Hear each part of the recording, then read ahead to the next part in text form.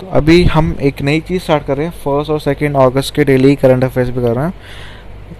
यहाँ पे पहली न्यूज़ सिंपल है कि जो इंडियन गवर्नमेंट एक्सपोर्टर है उनको डर लग रहा है कि बिजनेस ना ठप हो जाए जो बांग्लादेश और वियतनाम में जा रहा है इंडिया का।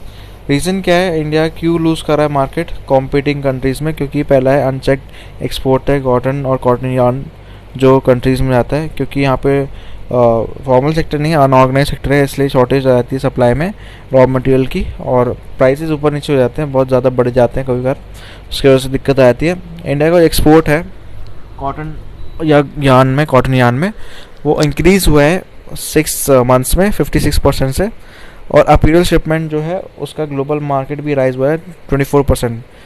और यहाँ पे क्योंकि इन्फ्लेशन भी बहुत बड़ा है तो यहाँ पे स्टीप राइज आया है प्राइस ऑफ कॉटन में, जो कि 30 to 60% है। इसके अलावा यहाँ पे आप देखो तो स्टीप राइज आने की वजह से जो है बजट अनाउंसमेंट ने लीवी करी है 10% की ड्यूटी इम्पोर्टेड कॉटन पे, जिसकी वजह से कॉस्ट ऑफ प्रोडक्शन भी बढ़ गया है। इंडियन टेक्सटाइल इंडस्ट्री बहुत बिखरी हुई है, बहुत फ्रैगमेंटेड है और ये डोमिनेटेड होती है ज़्यादातर अनऑर्गेनाइज सेक्टर या स्मॉल एंड मीडियम इंडस्ट्री, वो आउटडेटेड टेक्नोलॉजी यूज़ करते हैं।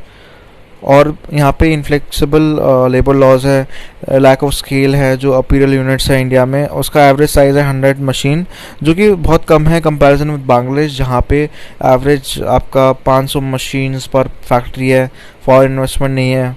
बांग्लादेश की बात करें सेकंड लार्जेस्ट अपीरियल एक्सपोर्टर है चाइना के बाद, तो कितना ग्रोथ है यहाँ वहाँ। नाम का एक्सपोर्ट बढ़ा है लास्ट 8 ईयर्स में 240% से। रीसेंट इनिशिएटिव क्या है, technology upgradation fund scheme for integrated textile park, amended technology upgradation fund scheme, technology mission for textile और integrated process development schemes. Next जो न्यूज़ है वो बहुत ही इंपॉर्टेंट न्यूज़ है, क्योंकि सेंटर ने इंट्रोड्यूस करा है कुछ गाइडलाइंस जो प्रोवाइड करती है framework sharing biological data. Biotech pride है, इसका फुल फॉर्म है promotion of research innovation with through data exchange. ये गाइडलाइंस का एम यही है कि वो फ्रेमवर्क प्रोवाइड करती है फैसिलिटी और इंश्योर करती है शेयरिंग और exchange of biological knowledge information data. ये इम्प्लीमेंटिंग एजेंसी इसकी ये है Indian biological data centre IBDC। ये फर्स्ट नेशनल रिपोजिटरी है लाइफ साइंस डेटा की, और ये मैंडेट करती है जितने भी publicly funded life science data generator है नेशनल लेवल पे। अदर एग्जिस्टिंग डेटाबेस और डेटा सेंटर्स ब्रिज करते हैं IBDC को बायोग्रिड पे। सिग्निफिकेंस क्या है, हार्मोनाइज करती है सिनर्जी और इंकरेज करती है डेटा शेयरिंग, रिसर्च एनालिसिस और प्रमोट करती है साइंटिफिक वर्क को, एडवांस करती है अंडरस्टैंडिंग मॉलिक्यूलर और बायोलॉजिकल प्रोसेस को, कंट्रीब्यूट करती है फंडामेंटल रिसर्च पे जैसे human health, agriculture, animal husbandry, foster करती है प्रोग्रेस क्योंकि ये बिल्ड करती है प्रीवियस रिसर्च पे, अवॉइड करती है डुप्लीकेशन और वेस्टफुल एक्सपेंडिचर रिसोर्स पे। गाइडलाइंस जो फॉर्मुलेट होती है वो डिपार्टमेंट ऑफ बायोटेक्नोलॉजी जो कि प्रिंसिपल पे वर्क करेगा, national data sharing accessible policy NDSAP, जो कि उनका मोटो वही है privacy and confidentiality, quality of biological data जो प्रोटेक्ट रहे। अदर मेजर डिजिटल रिपोजिटरी कौन सी है, national digital library of India, traditional knowledge digital library, third है national digital repository for museum of India, और सेकेंड लास्ट है Shodhganga. इसके अलावा डिजिटल लाइब्रेरी। नेक्स्ट जो न्यूज़ है वो है simplified patent and copyright registration help कर रहा है इंडिया को कि वो इनोवेशन हब बन जाए।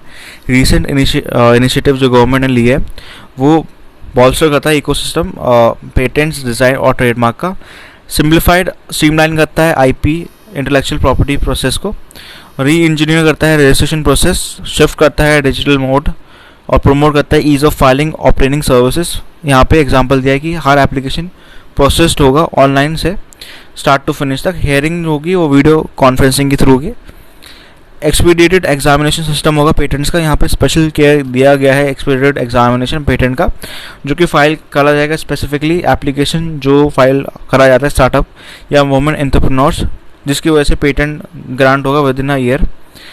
फीस में रिडक्शन आई है, फाइलिंग जो फीस है स्टार्टअप की, MSME की, वुमेन एंटरप्रेन्योर्स की, वो रिड्यूस कर दिया है 80% तक। नेक्स्ट पॉइंट है इम्प्रूव्ड एक्सेस है, ट्रांसपेरेंसी और डिसैमिनेशन ऑफ इंफॉर्मेशन भी यहाँ पे दी गई है, जो कि रियल टाइम बेसिस पे होती है IP एप्लीकेशन या इंडियन पेटेंट एडवांस सिस्टम पे। SMS अलर्ट्स भी यहाँ पे है। इम्पैक्ट क्या है, इंडिया ने 4-fold इंक्रीज देखा है पेटेंट और ट्रेडमार्क रजिस्ट्रेशन में 5 सालों में। इंडिया रैंक करता है ग्लोबल इनोवेशन इंडेक्स पे 48, ये 2020 का है, 48th पोजीशन पे। पहले अगर बात करें 2015 से 16 तो 81st पोजीशन पे था, तो मतलब इम्प्रूवमेंट बहुत आई है।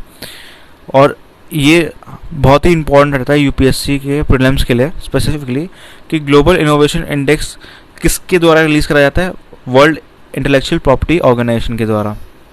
यहाँ पे कुछ लॉज देख लेते हैं जो इसको बैक करते हैं। पहला है the office of controller general of patents design and trademark supervise करता है working of patent act 1970, design act 2000 और ट्रेडमार्क एक्ट 1990। इसका जो फंक्शन है वो department of promotion of industry and internal trade के बारे में बात करता है, जो मिनिस्ट्री ऑफ कॉमर्स के अंडर आते हैं, कॉमर्स एंड इंडस्ट्री। इसके अलावा अगर बात करें इंटरनेशनल न्यूज़ की, तो इंडिया ने, जैसी न्यूज़ है, इंडिया ने प्रेसिडेंसी ली है यूएनएससी की फॉर अगस्त। यहाँ पे इंडिया की फर्स्ट प्रेसिडेंसी यूएनएससी की जो टेन्योर है 2021 से लेकर 2022, इंडिया ने 2 ईयर का जो टेन्योर है as a non permanent member वो बिगेन हो चुका था जनवरी 1 2021, और ये 8 टेन्योर है as a non permanent member UNSC में।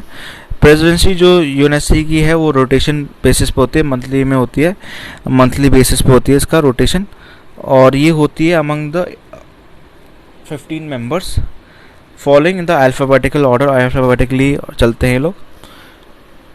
एज प्रेसिडेंट इंडिया डिसाइड करेगा एजेंडा, रेजोल्यूशन और डायरेक्टिव्स जो कि बाइंडिंग होंगे हर मेंबर स्टेट्स में। इसके अलावा इंडिया सेटअप करेगा कुछ एजेंडा जो होल्ड करेगा high level meetings 3 priority sectors पे, मैरीटाइम सिक्योरिटी, काउंटर टेररिज्म और पीस कीपिंग। ऑल्सो एक ऐप है जिसका नाम है यूनाइट अवेयर, तो ये प्रोवाइड करेगा ट्रेन इन्फॉर्मेशन, इंप्रूव करेगा सिचुएशनल अवेयरनेस पीस कीपर्स का। यूएनएससी एक प्रिंसिपल ऑर्गन है, सबको भी पता है, यूनाइटेड नेशन की। इसका प्राइमरी रिस्पॉन्सिबिलिटी यही है कि वो मेंटेन करता है इंटरनेशनल पीस और सिक्योरिटी। अदर प्रिंसिपल ऑर्गन्स है आपका general assembly, the economic and social council, trusteeship council और इंटरनेशनल कोर्ट ऑफ जस्टिस और द सेक्रेटेरिएट। इसके अलावा इंडिया ने कैंपेन करा है परमानेंट सीट के लिए यूएनएससी में, और इसी के साथ इंडिया के साथ भी बहुत, मतलब इंडिया के अलावा जर्मनी, जापान, ब्राज़ील ने भी, जिसको G4 बुलाता है, उनने भी कैंपेन करा है। यहाँ पे स्ट्रक्चर सबको ही पता होगा, यूएनएससी इंटरनेशनल बॉडी है, सबको पता है, 5 परमानेंट है, US, China, UK, Russia, France. India non permanent में आता है जो कि है 10, और यहाँ पे आप देख सकते हो Africa, Asia, Latin America, western Europe और ईस्टर्न यूरोप और China, France, Russia, UK, USA, ऐसे होता है इनका। और हर साल जो यूएनएससी है इलेक्ट करती है आपका, जनरल असेंबली इलेक्ट करती है 5 नॉन परमानेंट मेंबर्स 2 सालों के लिए, और इसमें होता है 2/3 मेजॉरिटी।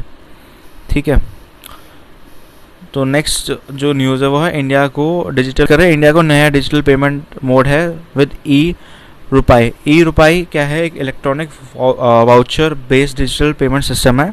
यहाँ पे पर्सन स्पेसिफिक और पर्पस स्पेसिफिक पेमेंट सिस्टम होगी।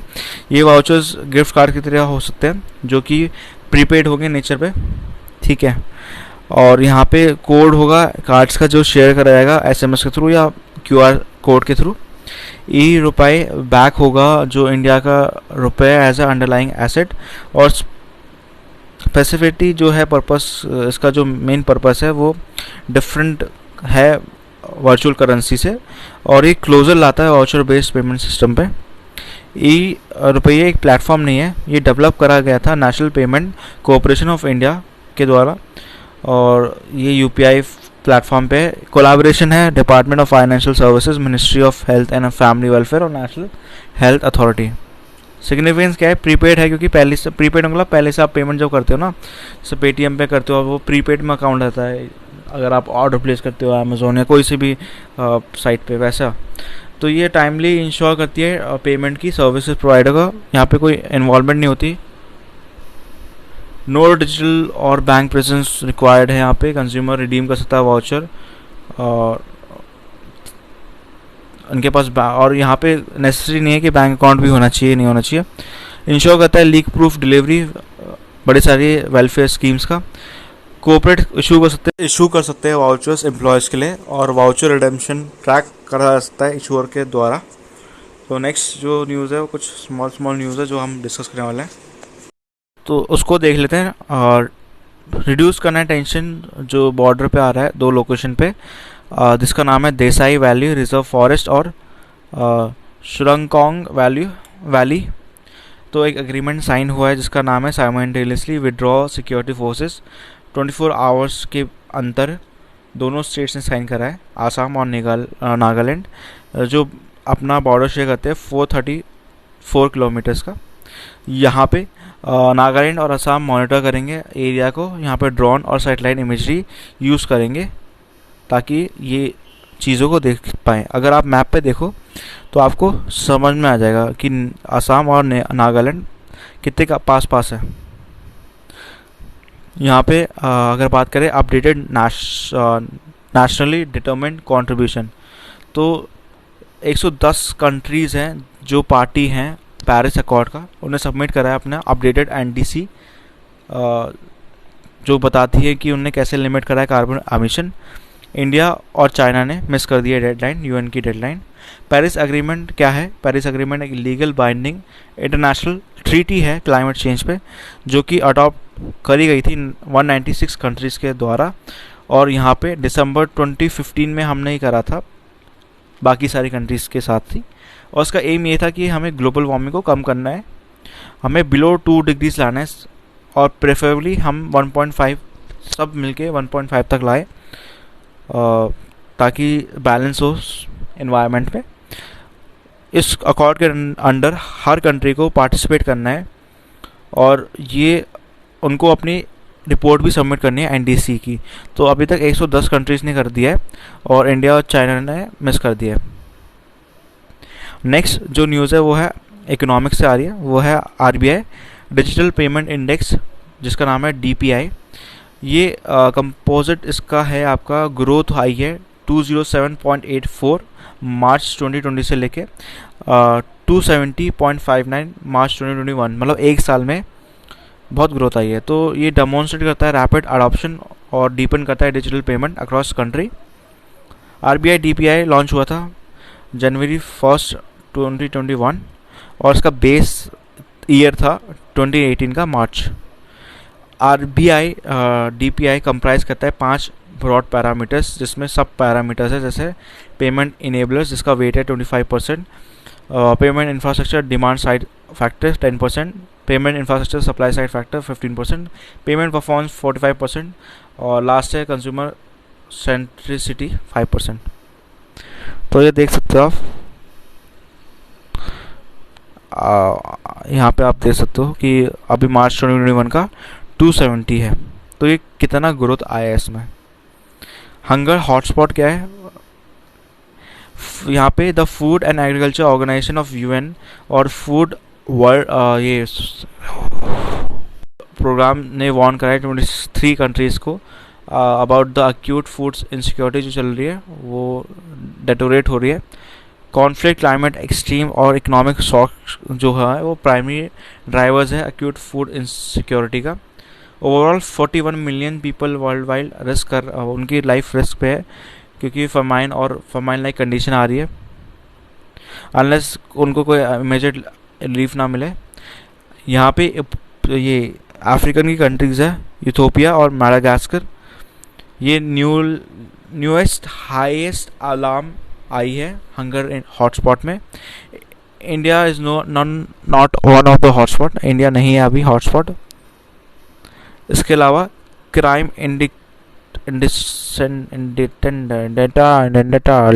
इसके अलावा crime indecent report CIR system है। इसका एफर्ट यही है कि यहाँ पे जो राइजिंग पेमेंट गेटवे है, बैंकिंग रिलेटेड फ्रॉड्स है, बेंगलुरु पुलिस ने एक नया प्लेटफॉर्म निकाला है CIR, ठीक है, क्राइम इंडिसेंट रिपोर्ट। ये अवेलेबल हेल्पलाइन है जो पुलिस की है 112। सिस्टम वर्क कैसे करता है? ये टाई अप करता है आरबीआई और बैंक के साथ, जहाँ पे अटैच है पुलिस और कोर्ट्स। एज सून एज कोई फ्रॉड होता है इंडिविजुअल के साथ, या इंडिविजुअल अग्री करता है डिटेल्स शेयर करने और वो कंप्लेंट फाइल करेगा, जो कि ट्रीट करा जाएगा क्रिमिनल मिसलेनियस पिटीशन। ये अलाउ करता है पुलिस को सेटअप करने के लिए और रिक्लेम करने के लिए मनी। जब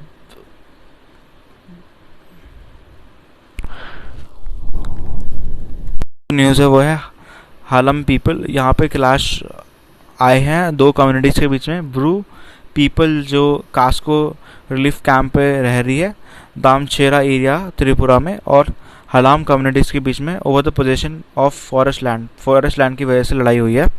यहाँ पे एथनिसिटी हलाम कम्युनिटीज़ जो त्रिपुरा को बिलोंग करती है, और यहाँ पे है कुकी चिन ट्राइब्स है, टिबो बर्मीज एथनिक ग्रुप का। हलम्स जो हैं उनको बोला जाता है मिला कुकी, और ये वो नहीं होते cookies in term of language, culture और लिविंग स्टाइल में। 2011 के सेंसस के हिसाब से जो पॉपुलेशन है, टोटल पॉपुलेशन है वो है 57,210, जो कि डिस्ट्रीब्यूट है त्रिपुरा में।